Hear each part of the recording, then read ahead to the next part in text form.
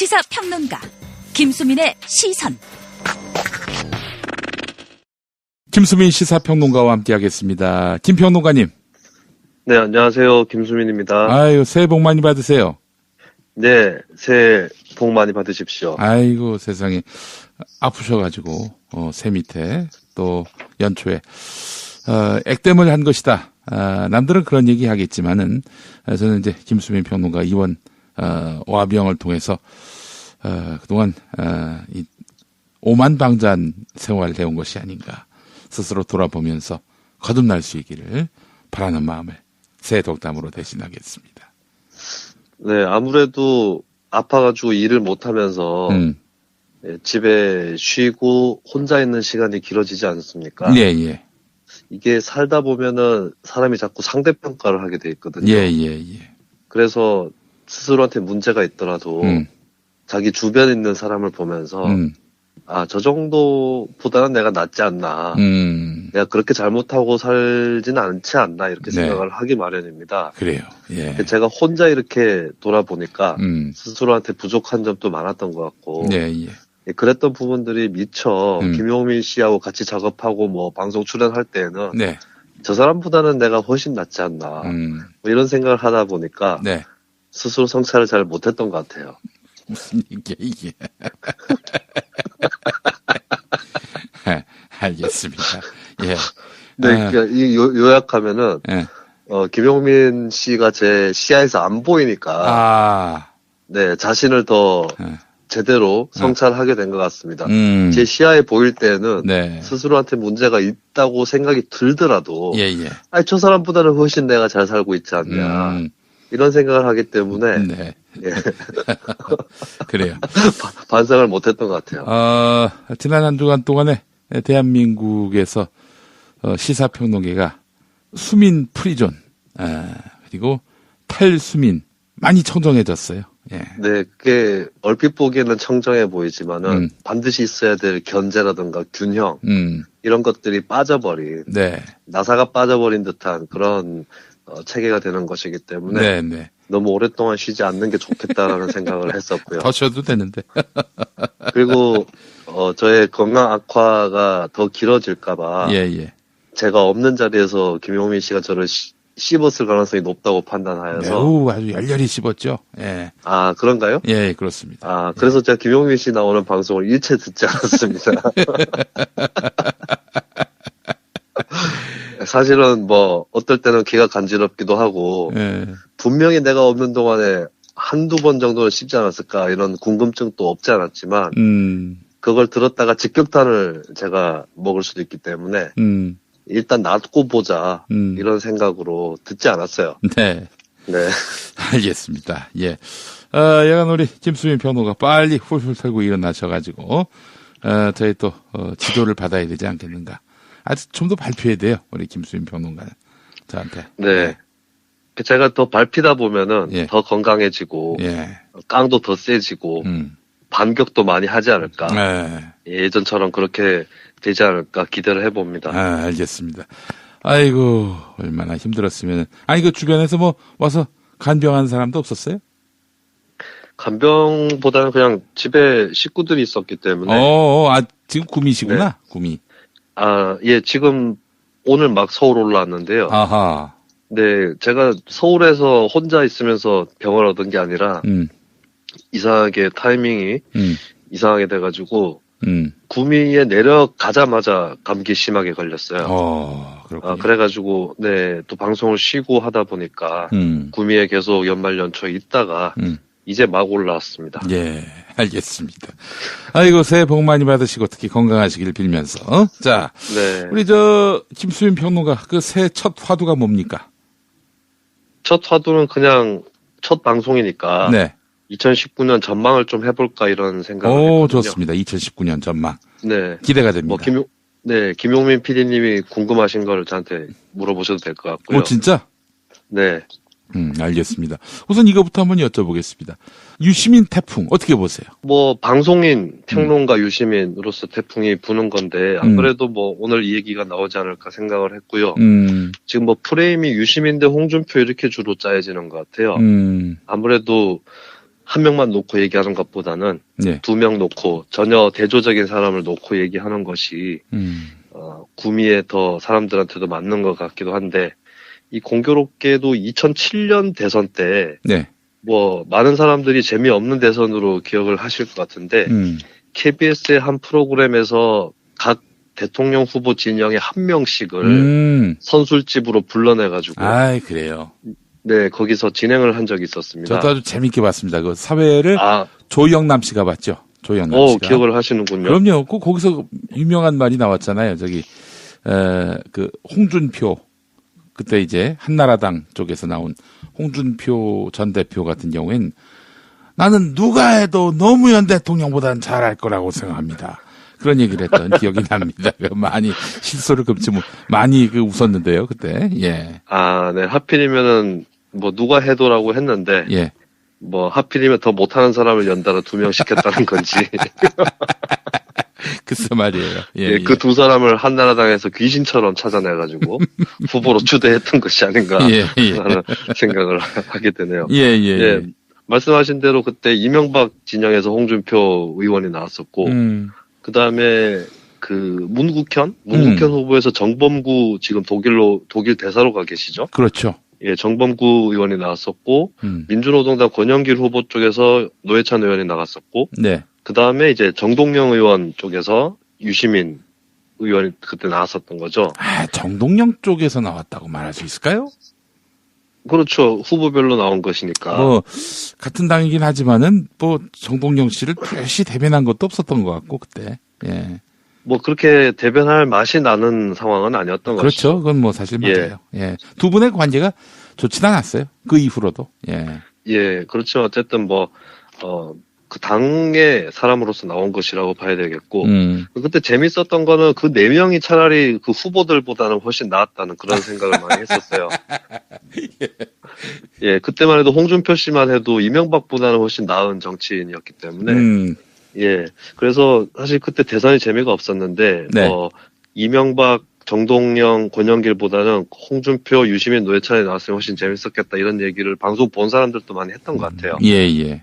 예, 그 가운데서 이제 홍준표, 유시민이라는 사람들이 어떻게 보면은 정치인이 아니라 논객으로서 유튜브로 데뷔를 한 셈인데. 그러네요. 그때 두 사람이 대결을 했었군요. 예. 그리고 홍준표, 유시민 이렇게는 백분 토론이라든지 TV 토론 프로에도 많이 나왔었죠. 근데 저는 일단 홍준표 얘기를 먼저 해야 될 것 같은데. 예. 이 망했다라고 봅니다. 망했다? 네, 홍준표라는 정치인이 망했다라고. 저는 사실 홍준표에 대해서 지난 대선 때도 그렇고, 네네. 계속 저렇게 가가지고 다음 대선 때 또 나올 것이다라는 그런 예측을 해왔었는데요. 예. 이 양반이 유튜브라는 복병을 만나가지고 본인이 먼저 가는구나라는 생각을. 참여를 하는 것이다. 예. 이게 매체라는 것이 참 중요하고 어떻게 보면 매체가 곧 내용이다, 형식이 곧 내용이다라고 볼 수도 있겠는데요. 한 예로 들면은 매체 변화에 따라서 망한 정치인이 있어요. 예전에도. 네. 장기표 씨가 저는 대표적인 사람이었다고 보는데. 그래요, 장기표. 예. 정말 오랜만에 듣는 이름입니다. 예. 그렇죠. 예. 장기표 씨가 1990년대에 PC통신에서 굉장히 좀 여러 가지로 신경을 썼던 정치인이었습니다. 그래요? 선두적이었었죠. 네, 그때 신문명연구소 어쩌고저쩌고 하면서 PC통신 하면은 장기표 이렇게 나오곤 했었는데, 이 PC통신이 2000년대 들어오면서 인터넷으로 바뀔 때, 장기표 씨도 같이 나가 떨어졌던 게 아닌가. 물론 그거 하나 때문에 나가 떨어진 건 아니겠지만, 아무리 어떤 매체에 신경을 많이 썼더라도 그 매체 환경의 변화에 따라서 적응을 하지 못하는 그런 사례 중에 하나로 꼽힐 수 있지 않을까 생각이 드는데, 홍준표 대표 같은 경우도 저는 이거 유튜브 시작할 때 타이틀만 보고 이 사람 망했다라고 생각을 했습니다. 그래요? 홍카콜라. 네, 홍카콜라가 뭔지, 그리고 거기에 나오는 패션이라든가 이런 걸 봤을 때, 분명히 주변에서 재밌어 보여야 한다라고 또 이제 본인의 어떤 뚜렷한 색깔을 살려야 된다라고 얘기를 했겠지만은, 예. 하나의 몰입을 함으로써 사람 스스로 희화화되는 그런 전형적인 전철을 밟고 있구나라는 딱 생각이 들더라고요. 확실히 제가 동의하는 부분이 네. 정치는 이 탈권위적인 그런 자세를 취할 때도 있어야 되겠지만은, 근데 이게 탈권위를 넘어서 희화화가 된다? 이 순간은 이제 사실 폭망하는 것이다. 그렇기 때문에 탈권위와 희화화에서 희화화에 기울지 않도록 애를 써야지. 그래서 사실 이제 김용민이가 그 훌륭하고 고매한 정치 철학에도 불구하고 스스로 희화화됨으로써 2012년 총선에서 더 큰 정치적 미래를 설계하지 못하고 좌초하는 이런 참 국가적 손실을 이렇게 이야기했던 거 아니겠습니까? 김용민 PD께서는 혹시 2012년 말이나 2013년 초에 아프셨습니까? 많이 아팠어요. 예. 그런가요? 어떻게 알았지? 아프면은 자기 성찰을 저처럼 해야 되지 않겠습니까? 하이 새끼 봐라. 아니 2012년 너 아직 병 걸렸습니까? 2012년 선거가 스스로 희화화돼서 졌다고 생각하십니까? 그렇습니다. 저는 말도 안 된다고 생각하고요.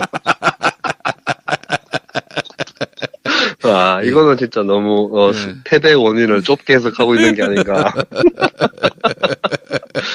오히려 제가 봤을 때는 그때 희화화하고는 좀 거리가 있었던 것 같아요. 제가 느끼기에는 그때 비극적이었습니다. 김용민. 2012년 총선 때. 넘어가. 네, 너무 웃겨보려고 그랬다, 내가.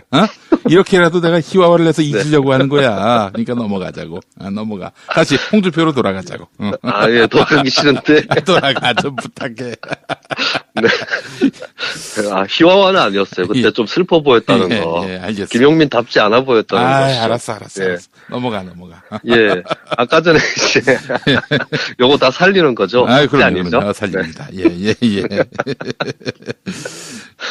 아까 희화화되면 안 된다고 하셨는데 탈권위는 괜찮지만 희화화되면 안 됐다라고 말씀하셨어요. 예. 이 탈권위라는 말에 힌트가 있는데 탈권위를 하려면 권위가 있어야 됩니다. 그렇지. 예, 권위가 있어야 탈권위를 할 수 있는 거거든요. 네, 아무것도 없는 사람이 쥐뿔도 없는 사람이나 탈권위 할래 이러면은 바로 만만해 보이는 것에 불과한 건데. 네, 그리고 홍준표 전 대표의 지지자 계층들은 홍준표를 그렇게 만만한 사람, 친근한 사람으로만 보지는 않았어요. 제가 대선 때 지켜보니까. 예. 나름대로 새로운 파워와 카리스마가 있는 사람이다라고 특히 영남 보수층에서 인식을 했던 건데, 계속해서 폭주를 하고 그러다가, 뭐 이상한 말을 했죠. 문재인 정부 지지율이 좀 떨어지니까, 이제 국민의 절반이 내가 옳다고 생각하고 있다고. 예, 그 말은 자기가 하면 안 되는 거였거든요. 예. 남들이 해주는 말이고, 예를 들면은 뭐 문재인 정부에서 민심이 좀 이반이 되면 아무래도 자연스럽게 떨어졌던 대선 주자에 대해서 국민 여론이 조금 동정이 가거나 관심이 가는 경우는 어느 정도는 생기게 돼 있어요. 예. 예, 근데 뭐 홍준표 씨가 지난 대선 때 2등을 했고 떨어졌다는 걸 다 알고 있는 상황에서 본인이 자기 입으로 국민의 반이 내가 옳다고 생각하게 되었다 이런 식으로 얘기를 한 것부터가 나사가 이미 풀려있는 그런 상태가 아니었던가 싶은데 그 상황에서 유튜브로 돌아왔다라고 했을 때 글쎄요, 이 정치인 특히 대선 주자쯤 되는 사람들은 어떤 조명을 받는 그런 위치에 있는 사람이지 그렇게 뭐 채널을 만들어가지고 자기 하고 싶은 말 구구절절 다 하고 이런 것이 과연 효용 있는 전략인가에 대해서 굉장히 의문이 있고, 그리고 나중에 선거 국면이라던가 중요한 상황이 왔을 때 결국에 그 유튜브에 나왔던 어록들을 다 파보게 돼 있어요. 언론이라든지 대중이. 그렇죠. 예. 네, 김용민 씨한테 2012년에 자행되었던 그런 것처럼 홍준표 같은 경우도 그걸 일지 다 따가지고 그리고 뭐 설령 문제가 없는 발언이었다고 해도 텍스트만 딱 따서 봤을 때 이상한 그런 발언까지도 분명히 올라오게 돼 있거든요. 근데 말이죠. 그 발정제 발언도 그렇게 무사히 넘겼는데 설마 뭐 그 과거에 그 홍카콜라 발언 갖고 책을 잡는들 잡힐까요? 그게 만약에 뭐 대선이라던가 이런 큰 선거에서 잡히면은 발정제 때처럼 넘어갈 수도 있겠는데 당내 투쟁 과정에서 그게 만약에 잡혔다. 이러면 조금 다른 문제가 될 수도 있겠죠. 지지층을 상대로 해서 타격을 주는 거니까. 네. 하여튼 간에, 어떻게 보면은 뭐, 신비주의라는 말이 괜히 있는 게 아닐 정도로, 어느 정도는 좀 베일에 감추는 맛도 있어야 되는 것이고, 일일이 구구절절 다 얘기하는 게 그렇게 인지도 높은 대선 주자한테는 유리한 게 아닐 텐데, 지금 몸이 너무 달아가지고 자기 무덤을 파는 게 아닌가. 네, 그 홍카콜라를 보면서 그런 생각을 하게 됐죠. 예. 그렇다면 요 얘기에서 이어간다면 유시민 씨 같은 경우는 뭐 충분히 조금 이상이긴 했어요. 왜냐하면은 유튜브 같은 경우에 최근에 5, 60대 이상의 보수층에서 많이 보는 그런 매체가 되어버려서 과연 유시민이라는 깃발이 휘날린다고 해서 그렇게 많이 갈 것인가 이런 것도 조금 의문은 있었는데 예. 막상 뚜껑을 열어보니까 상당히 많은 그런 네티즌들이 본 것으로 확인이 일단은 된 것이죠. 구독자 수가 지금 홍카콜러를 넘어서서 더블 스코어 차이가 됐어요. 예, 그렇죠. 그래서 확실하게 뭐 이거 방송적, 미디어적 현상으로 봤을 때는 굉장히 돋보일 수밖에 없는 그런 것인데, 근데 한편으로는 이제 홍준표 대표한테 적용했던 것을 유시민 평론가한테도 똑같이 적용을 하자면, 이게 정치인으로서, 물론 본인은 일단 정치인 하지 않는다라고 얘기를 하고 있기 때문에. 우리 김수민 평론가는 그 말에 대해서 신뢰하시는 편인지요? 아니면 다시 정치적 모색이 있을 것이다. 이렇게 판단하시는지요? 저는 일단 그 사람이 뭘 하겠다라고 말을 했을 때 믿어주는 게 맞다고 봐요. 그 유시민 복귀설이 처음 불거져 나온 게 노무현 재단 이사장으로 임명되면서였잖아요. 예. 그게 어떻게 정계 복귀인가 했을 때 저는 오히려 노무현 재단이라는 자리가 어떤 정당의 독일 같은 경우 독일 정당들이 각 정당 내부에 재단을 갖고 정치인을 육성하고 있는데 노무현 재단이 뭐 민주당에서 그런 역할을 하는 재단도 아니고 어떻게 보면 노무현 재단 이사장은 정치인으로서는 한직이거나 외곽의 자리인 것이거든요. 예. 그래서 오히려 그렇게 치면은 정치에 복귀하지 않는다는 의미는 아닌가. 그리고 본인이 그렇게 안 하겠다고 하는데 자꾸 할 것이라고 얘기하는 것도 좀 저는 바람직하지 않은 문화라고 보고요. 저도 그 유시민 이사장 같은 경우에는 나선다면은 나선다고 하지 나서지 않겠다고 했는데 말을 뒤집을까 싶어요. 이 정도까지 얘기했는데 말이죠. 예. 그래서 뭐 객관적으로 예측을 하는데 인기가 워낙에 커지고 붙고 하고 사람들이 자꾸 요청을 하면 저 사람 또 불려 나오게 될 것이다. 라고 그렇게 예측을 할 수는 있겠으나 유시민 작가가 정치에 복귀하려고 저러는 것이다라고 하는 그런 예측은 저는 맞지 않다고 봅니다. 그리고 설령 뭐 복귀를 하면은 그때 가서 밝혀지는 것이지 지금 와가지고 저건 거짓말이고 속으로 생각이 있으면서 일부러 간을 보는 거야 이렇게 보는 것은 저는 인간에 대한 예의 차원에서도 맞지 않다고 생각을 하고요. 김용민 씨가 정치를 다시 할 것이다. 이거 어떻게 예측하십니까? 김용민 씨가 정치를 다시 하게 될 것이다. 네, 뭐 이렇게 보는 시각에 대해서 어떻게 생각하십니까? 처음 듣는 얘기인데요. 우리 아내가 걱정합니다. 전망해 주세요. 전망. 예. 걱정하시면 제가 한 5분만 만나 뵈면 걱정을 다 불식시켜 드릴 수 있을 것 같아요. 알겠습니다. 예전에 제가 예전에 제가 산학교 청소년하고 좀 친하게 지낸 적이 있었는데. 그 친구의 부모님이 자꾸 매사에 걱정을 하시더라고요. 그리고 그 친구가 아르바이트를 하려고 하는데 뭐 편의점이나 이런 데가 아니라 공장에 들어가려고 하더라고요. 그래서 집에서 막 뜯어 말리면서 너 또 공장에 들어가가지고 뭐 하려고 그런 거 아니냐고. 그래가지고 제가 그 친구한테 당장에 부모님하고 연결을 시켜달라. 부모님을 안심시켜드리겠다. 그 논리가 뭐였냐면, 그러니까 뭐 위장 취업 비슷하게 해서 노조를 만들까봐 걱정하시는 모양인데, 노조는 아무나 만드는 게 아니다. 제가 김용민 PD님 그 배우자분한테도 뭐 그런 말씀을 비슷하게 드릴 수 있을 것 같아요. 알겠습니다. 저도 안심이 되네요. 혹시나 제가 끌려나갈까봐.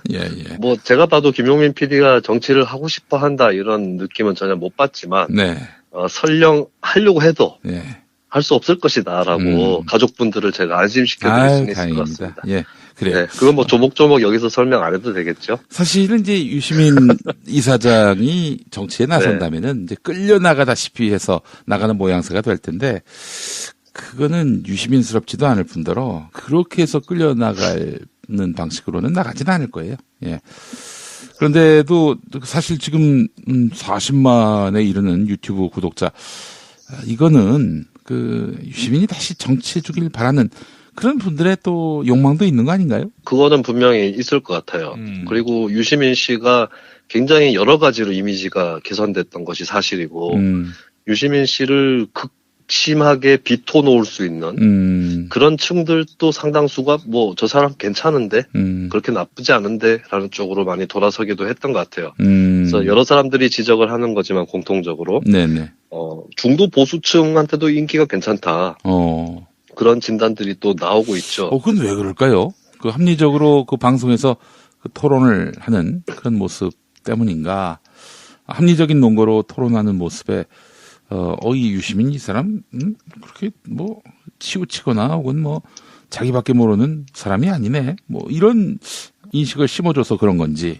일단 토론에서 풍겨지는 이미지라던가 인상 이런 것들이 정치를 할 때하고는 차이가 꽤 있다고 봐야 될 겁니다. 네. 그러니까 정치할 때에는 같은 당 내에서도 뭐 싸가지 어쩌고저쩌고 이런 얘기가 나왔을 정도였었고 또 본인이 자기 역할을 실제로 노무현 대통령의 정치적 경호실장으로 자리매김을 했기 때문에 거기서 좀 인정사정 보지 않고 하는 그런 스타일들이 있긴 있었죠. 네. 근데 이제 예능 프로라든가 이런 데 나와서 하는 것들을 보면은 예전보다 많이 누그러져 있고 그리고 이거는 사실 유시민 씨가 의원 할 때도 토론 때 취했던 태도인데 상대방 얘기에 대해서 다 부정하지 않아요. 그렇죠. 그 부분인데 네.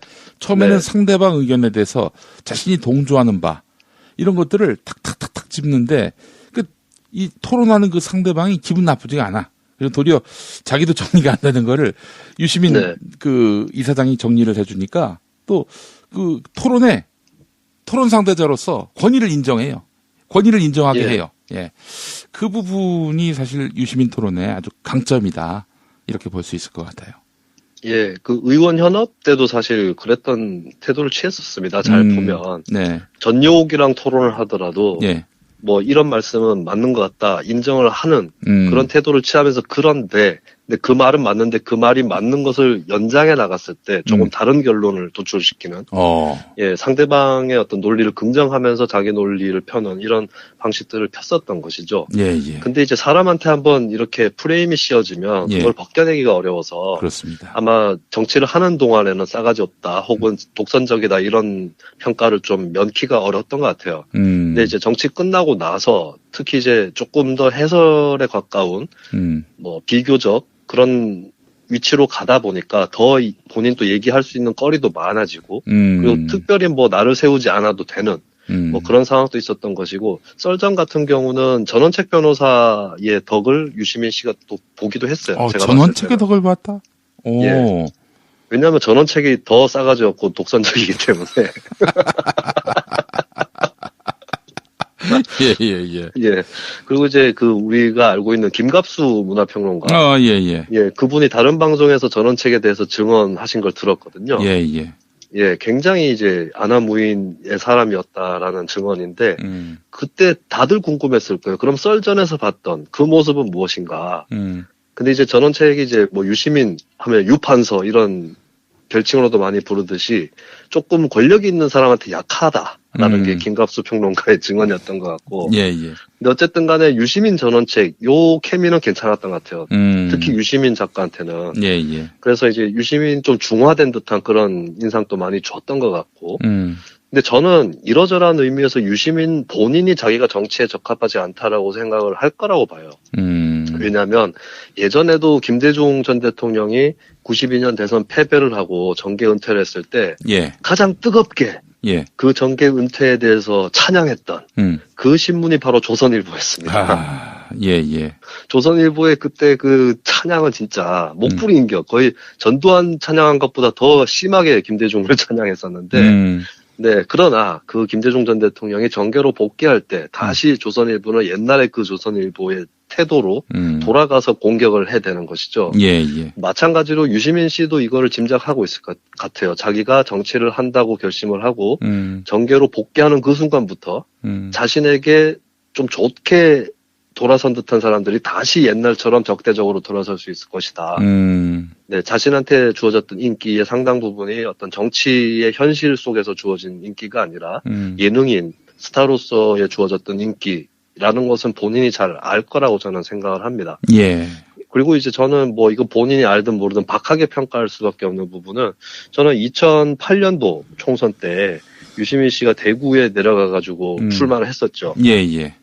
그리고 그때 당시에 대구 시민사회나 이쪽에서 굉장히 기대를 많이 가졌었습니다. 그 제가 봐도 대구에서 유시민 씨가 일을 하려고 했으면 여러 가지 일들을 할 수 있었을 거라고 봐요.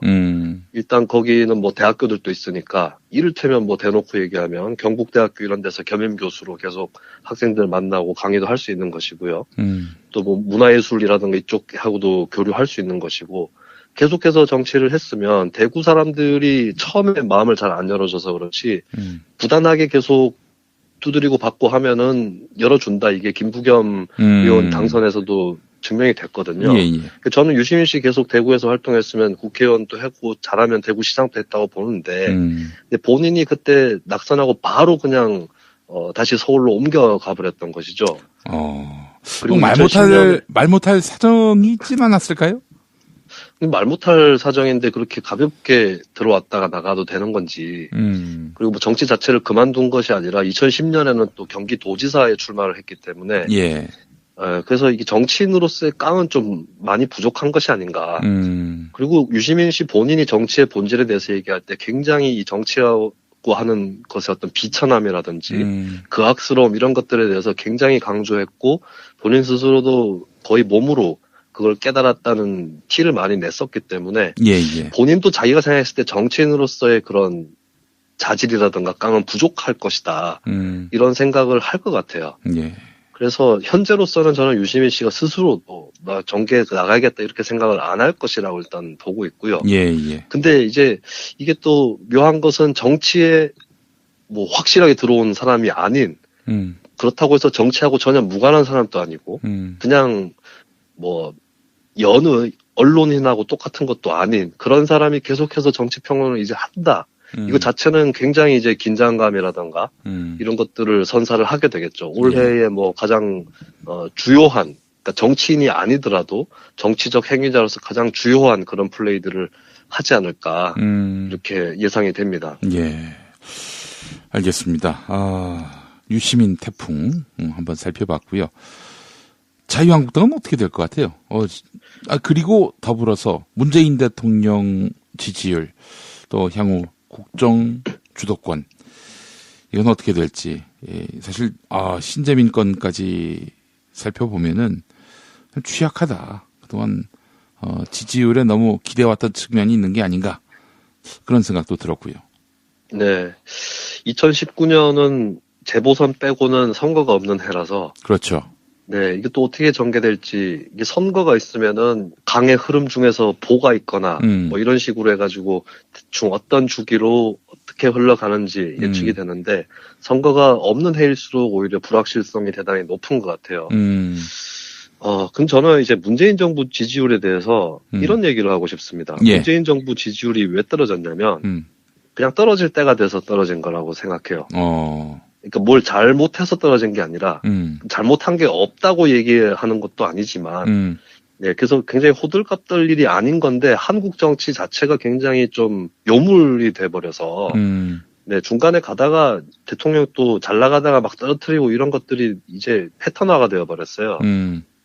그래서 저는 이제 문재인 정부의 주요 당사자들이 스스로 이 정도 타이밍에서 지지율이 떨어질 거다라고 예측을 하고 있었는지 아니면 못하고 있었는지 이거 좀 중요한 포인트라고 생각을 하고요. 왜냐하면 예측하고 있었다면은 조금 더 배심 있게 크게 당황하지 않고 국정을 계속해서 이끌어 나갈 수 있을 거기 때문에 근데 만약에 계속 되게 높은 지지율로 더 갈 수 있었는데 갑자기 암초를 만났다 이렇게 생각을 한다면 그것은 좀 곤란하지 않을까 예, 그런 생각을 해요. 근데 좀 안타까운 거는 지지율이 떨어지기 전에 좀 했었어야 될 일들을 더 했었으면 어땠을까 그게 뭐예요? 생각이 드는데 왜냐하면 지지율이 일단 떨어지면 그게 아무리 뭐 단순한 지표 정도의 수준에 불과할지라도 위축이 되게 돼 있습니다. 그렇죠, 정권의 당사자들이. 예.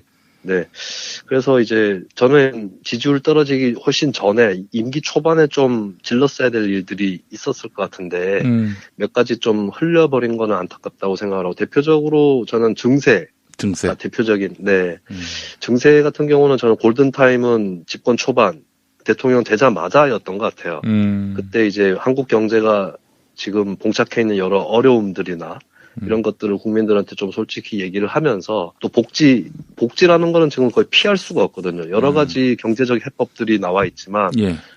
공통적으로 그 근간에는 복지가 깔려 있어야 되고 얼마 전에 제가 대한상공회의소 의장이죠. 박용만 씨 인터뷰를 봤습니다. 예. 이 양반 뭐 재벌 총수니까 규제 완화 이런 거 중요시하게 생각하는 거는 인터뷰에 똑같이 나와 있는데 이 양반 또 사회 안전망 확충, 분배 이런 거에 굉장히 힘을 줘서 얘기를 하더라고요. 좀 달라요, 결이. 그렇습니다. 그래서 저는 박용만 씨가 그 자리에 있을 때 노사정 대타협이나 이런 걸 좀 할 수 있으면 좋겠다는 생각을 현실적으로는 예, 상대평가를 해야 되니까 재벌 중에서 박용만 씨만한 사람이 잘 없어요. 예, 그래서 좀 어떻게 따낼 수 있으면 따내야 되는데 또 저쪽에서 달라는 게 구체적으로 뭔지 이것도 좀 궁금하긴 하고요. 그렇긴 한데 어쨌든 복지 이거는 진짜 양심이 있는 최소한의 양심이 있는 정치 세력이나 시민이라면 정세를 통한 복지는 반드시 해야 될 일인 것인데 근데 이제 복지 확대는 앞으로 계속 어느 정도 해 나가겠지만 조금 이제는 좀 무리가 온 것이 현재 지지율 갖고는 보편적 정세를 하기엔 대단히 어렵게 된 것이죠. 그런 부분이 좀 안타깝게 생각이 들고 그다음에 문재인 대통령이 인권 변호사이기 때문에 사형제도라든가 예. 국가보안법 여기에 대해서 본인이 갖고 있는 원칙은 투철한 그런 편입니다. 얼마 전에도 뭐 사형제 모라토리엄 선언하겠다 그리고 사형제 폐지 국가로 가겠다라는 얘기까지도 나왔었는데 근데 이게 사형제라든가 이런 인권 이슈가 대통령 지지율이 그렇게 높지 않을 때에 딱 이렇게 꺼내서 가기가 또 어려워요. 네, 사형제는 뭐 국민 여론으로 봤을 때는 존치시켜야 된다가 압도적인 다수로 나타나고 있는 그런 것이고 그리고 솔직히 이제 양심적 병역 거부와 대체복무 이 문제도 대통령 지지율에 악영향을 안 줬다고 볼 수는 없거든요. 예, 그런 현실을 봤을 때는 이런 인권 이슈에 접근하는 것이 현재 지지율로서는 당분간은 어렵지 않을까 이런 아쉬움이 좀 들긴 합니다. 근데 어쨌든 간에 뭐 증세라든가 인권 이슈 요것보다 조금 그래도 부담이 덜한 것들, 하지만 더 늦어지면 안 되는 것들, 이런 부분들을 올해 좀 드라이브를 걸 수 있었으면 하는 그런 바람이 있고요. 더 늦기 전에 좀 하는 게 어떨까, 이런 생각이 듭니다. 그리고 이제 자유한국당 같은 경우는 참, 어떻게 봐야 될지 저도 이게 확실하지 않은데, 한국 정치의 고질적 그 패턴이라든가 주기 이런 걸 봤을 때 자유한국당 같은 당 제1야당의 지지율이 올라오는 타이밍이기도 해요. 근데 최근에 올라온 거에 대해서 저는 그렇게 크게 무게를 두지 않는 거는 그건 이미 올라간 게 아니죠, 그는. 네. 예, 이미 지난 지방선거 때 28% 정당 지지율이 나왔었거든요. 그러고 지방선거 끝나고 확 떨어진 건데 예. 그 떨어진 사람들은 자유한국당 지지층이 떨어져 나가는 것이라고 봐야 되고 숨어서 대충 동태를 살 때다가 다시 붙고 있는 상황이라서 그러니까요. 예. 아직까지 본격적으로 재기했다라고 볼 수는 없을 것 같아요. 이 양당제의 문제가 뭐냐면 양당제는 겉으로 보기에 A당 대 B당이라는 그런 대결 구도인 것 같지만 이게 뒤집어 놓고 보면은 not A 대 not B의 성격이 있습니다. 네. 그래서 이제 자유한국당의 지지율이 더 불어날 수 있는 것은 자유한국당에 대한 지지 자체가 높아지는 게 아니라 정권에 대한 견제나 심판 심리 이런 것들이 이제 붙게 되면은 자유한국당도 더 붙을 수 있는데 자유한국당은 좀 가만히 있으면 조용히 있으면 지지율이 더 올라갈 것 같긴 해요. 그리고 김병준 위원장이 홍준표 씨보다는 좀 덜 시끄럽기 때문에 예, 그 지지율이 올라가는데 또 약간 공헌한 건 아닌가 싶은데 근데 참 작년 말에 그 국회 운영이 그걸 보고 나서는 야 진짜 저거 올리기도 어렵겠다 이런 생각이 들긴 합니다. 도대체 왜 했는지 모르겠고 네. 그리고 거꾸로 저도 이해 안 가는 게 조국 수석이 진작에 국회에 좀 여러 번 출석하는 건 어땠을까. 네, 워낙 뭐 물론 이명박 박근혜 정권 때는 민정수석이 한 번도 국회에 출석을 안 했지만 예, 근데 뭐 더 자주 임종석 실장이나 출석을 했었으면은 자유한국당은 더 힘들어졌을 거다. 예. 이런 늦게 얼굴 보여주는 바람에 자유한국당에게 가해질 수 있는 원펀치도 좀 늦게 나온 게 아닌가 이렇게 생각이 드는데 네. 그렇지만 어쨌든 또 한국 정치의 이 구조, 이 고질적인 패턴 이런 것 때문에 자유한국당이 좀 어느 정도 재기하는 한 해도 될 수 있다는 생각이 들고 당장에 일단 재보선이 바로 미터가 될 것 같아요. 예. 재보선이 지금 2군데서 예정이 돼 있는데 2군데 다 하필 경남 지역입니다. 창원 성산하고 네. 그다음에 고성 통영 이쪽인데 그 이군현 의원 지역구. 그렇죠. 예. 네. 고성 통영은 이제 서부 경남이기 때문에 아무래도 자유한국당의 전통적인 조금 강세 지역이긴 했고 예. 창원 성산은 민주당 지지율도 높고 노회찬 의원 지역구였기 때문에 상대적으로 진보적인 지역구죠. 이 두 지역구가 어떻게 되느냐 굉장히 또 관건이 될 것 같긴 해요. 그리고 지금 여론조사를 보면은 경남에서 자유한국당이 다시 1등으로 올라가는 그런 자료들도 나와 있기 때문에 여기가 이제 바로미터가 되지 않을까 이렇게 보여지고 자유한국당은 좀 조용히 있고 그다음에 전당대회 때 좀 묽은 인물을 선출하는 것이 예. 그나마 좀 살아날 길인 것 같은데 어떻게 될지는 좀 더 지켜봐야 될 것 같아요. 예. 여간 뭐 자기들이 문재인 대통령 지지율이 떨어지면 그 지지율이 자기들한테 온다라는 그런 좀 이상한 착각에 빠져 있는 것 같아요. 지금 중요한 거는 이 당은 안 되겠다라면서 아예 등을 돌린 촛불 이후의 시민들이거든요. 뭐 전혀 네. 관심이 없어요. 뭐 정치란 게 뭐 주거니 받거니 하는 거니까 문재인 정권이 쇠락하면 우리에게 기회가 올 것이다. 이런 믿음에 넘쳐 있는 것 같습니다. 예.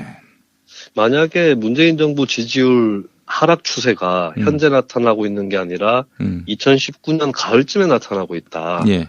이러면은 사실은 자유한국당한테 더 유리하고 민주당 쪽에는 더 불리할 수 있어요. 그게 네. 그대로 2020년 총선까지 이어져서. 근데 아직 시간은 많이 남았거든요. 예. 자유한국당이 지지율이 만약에 올 상반기 내내 계속 올라간다고 치더라도 중반기부터 또 흥에 겨워가지고 이상한 짓 하다가 뻘타를 치면은 예. 그게 거꾸로 이제 자유한국당의 오만함을 심판하겠다 이 심리로 다시 나타나게 돼 있어요. 그래요. 예. 그래서 어떻게 보면은 문재인 정부가 지지율 떨어진 타이밍이 아주 나쁜 타이밍은 아닙니다. 제가 봤을 때. 그래요. 예, 더 나중에 떨어지는 것보다는 지금 예. 어느 정도 떨어져 있을 때. 예. 예. 그러면 자유한국당 헛발질을 하는 그 가능성도 더 커지는 것이고. 근데 이제 저는 이제 그래도 자유한국당이 뭘 잘 못해가지고 민주당이 반사이득을 입는 것보다는 어쨌든 정부나 여당으로서 뭐 자유한국당을 떠나서 스스로 할 수 있는 것들을 할 수 있으면 좋겠고. 예. 그리고 뭐 최근에 힌트도 하나 나왔지만은 유치원 3법 관련해서 패스트 트랙으로 간다라고 얘기가 나오지 않았습니까? 예. 예. 근데 어떤 사람들은 패스트 트랙 이거 뭐 300일 넘게 걸릴 수도 있어서 슬로우 트랙 아니냐라고 얘기할 수 있지만 전혀 처리 못하는 것보다는 훨씬 낫거든요. 꽤 낫다. 예. 그래서 자유한국당이 걸고 넘어지는 이슈 중에서 뭐 민주평화당이나 바른미래당까지 협력할 수 있는 사안이 오면 그냥 바로바로 패스트 트랙에 실어버렸으면 좋겠어요. 예, 그렇게 해서 밀어붙이면 물론 자유한국당이 잠깐 반사이득을 입을 수도 있습니다. 어떤 사안이 있으면 반드시 반대표라는 건 있기 마련이기 때문에. 예. 근데 판판이 그 개혁연대라는 것이 적용이 돼서 개혁연대가 밀어붙이는 안건이 판판이 다 이겨버리면 자유한국당 지지층에서도 기가 꺾이게 돼 있거든요. 예, 그리고 이제 사람들도 이렇게 해야 이렇게 할 수 있구나 밀어줘야겠구나 혹은 자유한국당은 더 이상 밀면 안 되겠구나 이렇게 생각을 할 수 있는 거라서 밴드웨건 효과라고 하죠 그걸. 예. 그래서 이제 오히려 이게 우를 반복하면 안 되는 게 2016년 총선 때 새누리당이 망한 이유 중에 하나가 자신들이 국회에서 뭘 시도했는데 몇 가지가 잘 안 돼서 국회 탓을 하고 야당 탓을 하다가 망했거든요. 그렇죠. 예. 그래서 민주당이나 정부가 그 위에 거꾸로 자신들이 빠지면 안 된다. 네. 그래서 뭔가 할 수 있는 것을 할 수 있다라는 그런, 사안들을 계속 만들어내는 게 중요하겠죠. 문재인 대통령 지지율 빠지는 것도, 여당이 하는 게 없다. 뭐, 원내 과반이 아니긴 하지만은, 그래도 지방선거에서 압승하고, 뭐, 이렇게 또 대통령 권력도 주고, 이렇게 저렇게 밀어줬는데, 뭐, 바뀌는 게 없다. 이런 절망감을 주면은 지지율 안 빠질 수가 없어요. 그래서 여당이 좀 더 강력해야 하고 그러려면 개혁연대를 선도해야 하는 것이다. 아니 지금 촛불혁명 없었으면 민주당 집권했겠어요?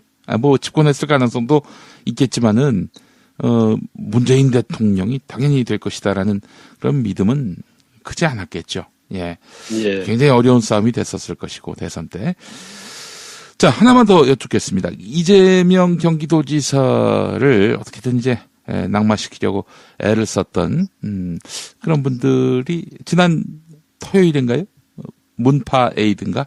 뭐 행사를 국회에서 했는데 국회에서. 예. 이분들이 이제 세력화했는데 앞으로 그 민주당 정치에 어떤 여파를 미칠지 이들은 이해찬 대표의 사퇴를 요구하고 있는 양상이고요.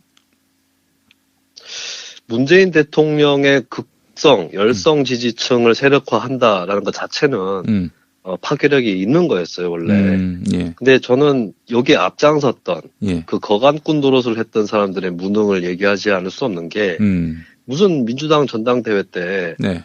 자신들이 문파를 자임해놓고 예.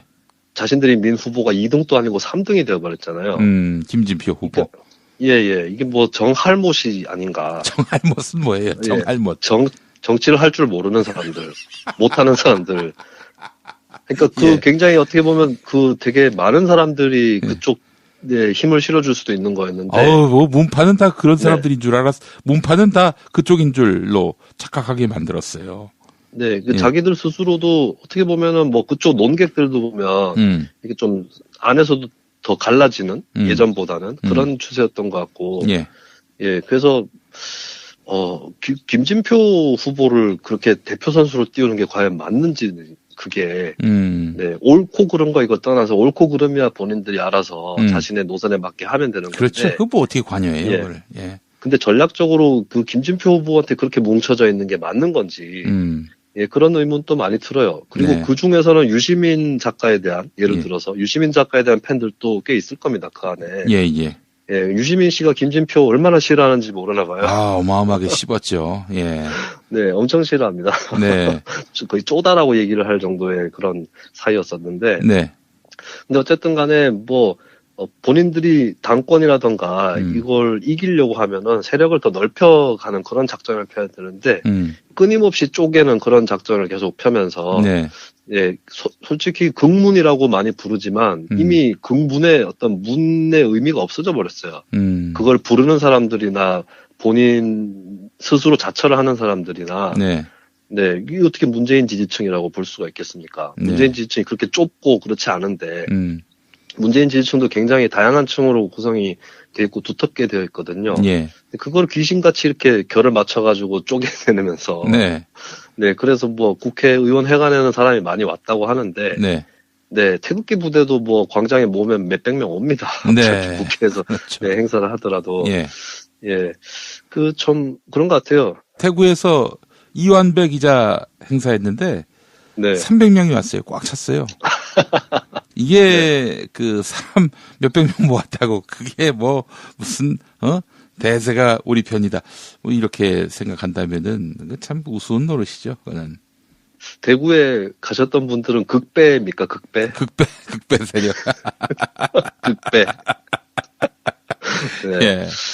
하여튼 그쪽 정치력이 계속 약해져 가는 것 같고요. 그리고 왜 그런지 모르겠는데 민주당 자체를 왜 그렇게 공격하는지 모르겠어요. 이해찬 대표고 또 제가 봤을 때는 다음 총선 공천에서 이 주도권을 가져오기 위한 그러니까 그 전에 어떻게든 이해찬을 낙마시켜 가지고 다시 이제 전당대회를 열어 가지고 뭐 김진표든 누구든 자기 사람을 이제 심으려 하는 거겠죠. 이미 저는 공천 경쟁이었다고 봤고요. 그 공천을 통해서 민주당을 자기 당으로 만들려는 의지고 그렇다면은 자기들이 무슨 세력이 있고 무슨 신뢰를 얻는 게 있겠어요. 그래서 여기 문재인 대통령 앞서서 하는 거죠. 그럼 낙마를 시키려고 한다면 그렇게 해가지고 낙마가 될지도 모르겠지만. 그러니까 참. 낙마를 시키더라도 그 다음 당권을 자신들이 가져갈 수 있을까요? 그게 첫 번째 일단 의문이. 그 딜레마는 자유한국당이 갖고 있는 딜레마이기도 해요, 사실은. 좀 어처구니가 없습니다, 어쨌든. 그리고 심지어 트위터를 보니까 탈당하자고, 신당을 창당하자 이런 얘기까지 나오더라고요. 그러면 정말 좋은 거지. 그래서 이해찬 대표가 마음에 그렇게 안 들면은 오히려 대표를 흔든다기보다는 대표가 누가 되든 간에 우리가 당의 뿌리를 받고 여러 가지 결정권을 행사하겠다. 이런 거에 걸맞는 플레이들을 해야 되는 것이죠. 비나이다 대표 떨어져라 이렇게 비는 것이 아니라 그럴 시간에 지역 당협을 가가지고 일을 한 번이라도 더 한다든지 또 주변 사람들을 당에 가입시킨다든지 이런 것들을 더 주로 하면서 그리고 매사에 어떻게 남 욕하고 자신들이 지지하는 사람 빨고 또 빨고 이거를 매사에 어떻게 합니까? 그게 아니더라도 여러 가지 활동들이 있을 수 있는 거잖아요. 뭐 하다못해 봉사활동을 다닐 수도 있는 것이고. 그렇지.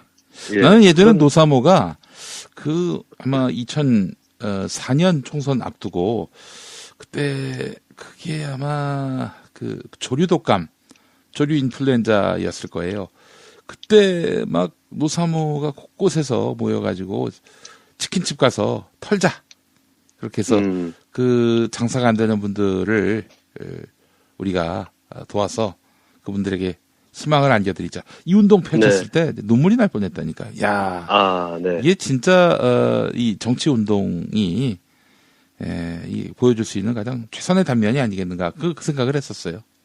예, 그 풀뿌리적인 그런 접근들이 대단히 중요한 것이고, 그게 당장의 어떤 결과를 낳지는 않더라도 계속 오래 하다 보면은 정치 세력을 안착시키는 그런 또 효과를 가져다 주는 건데, 너무 지나치게 중앙 쪽으로 몰려가지고 그것도 어떤 정책이라든가 이념 이런 것들이 아니라 누굴 죽이니 살리니 이런 쪽으로 눈이 시뻘게 되어 있다는 것이죠.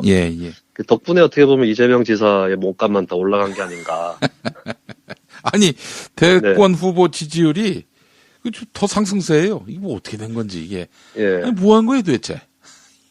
지금 이재명 지사한테 들러붙어 있는 의혹 이런 것들은 물론 가벼운 것들은 아니지만 만약에 그 의혹들을 만약에 떨쳐낸다 하면 이재명의 적이 없어지는 상황이 돼버렸어요. 그러니까 그 지사한테는 뭐 그 대권 주자한테는 뭐 라이벌 다른 주자의 존재라던가 여러 가지의 혹독한 그런 과정들이 또 뒤따르는 법인데 너무 지나치게 확 여러 가지 의혹이라던가 견제 이런 것들을 몰아서 주다 보니까 그 국면만 지나면은 별다른 그 방해 요소가 없어지는 역설적으로 그런 상황까지 생겨나 버렸다는 거.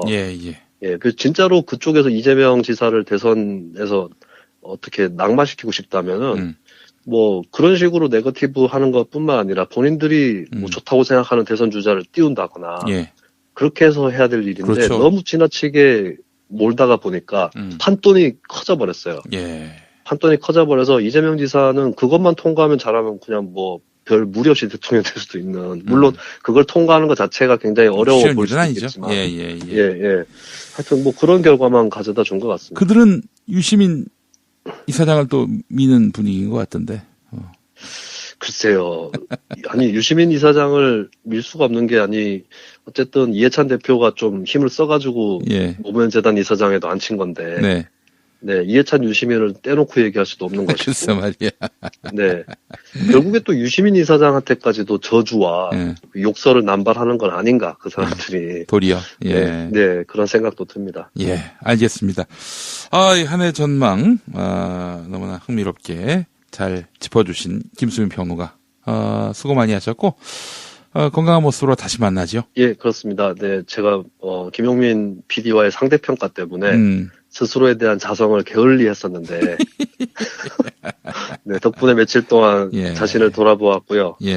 건강한 모습으로 청취자분들 또 찾아뵙도록 하겠습니다. 자, 또 뵙겠습니다. 김수민 평론가. 수고하셨습니다.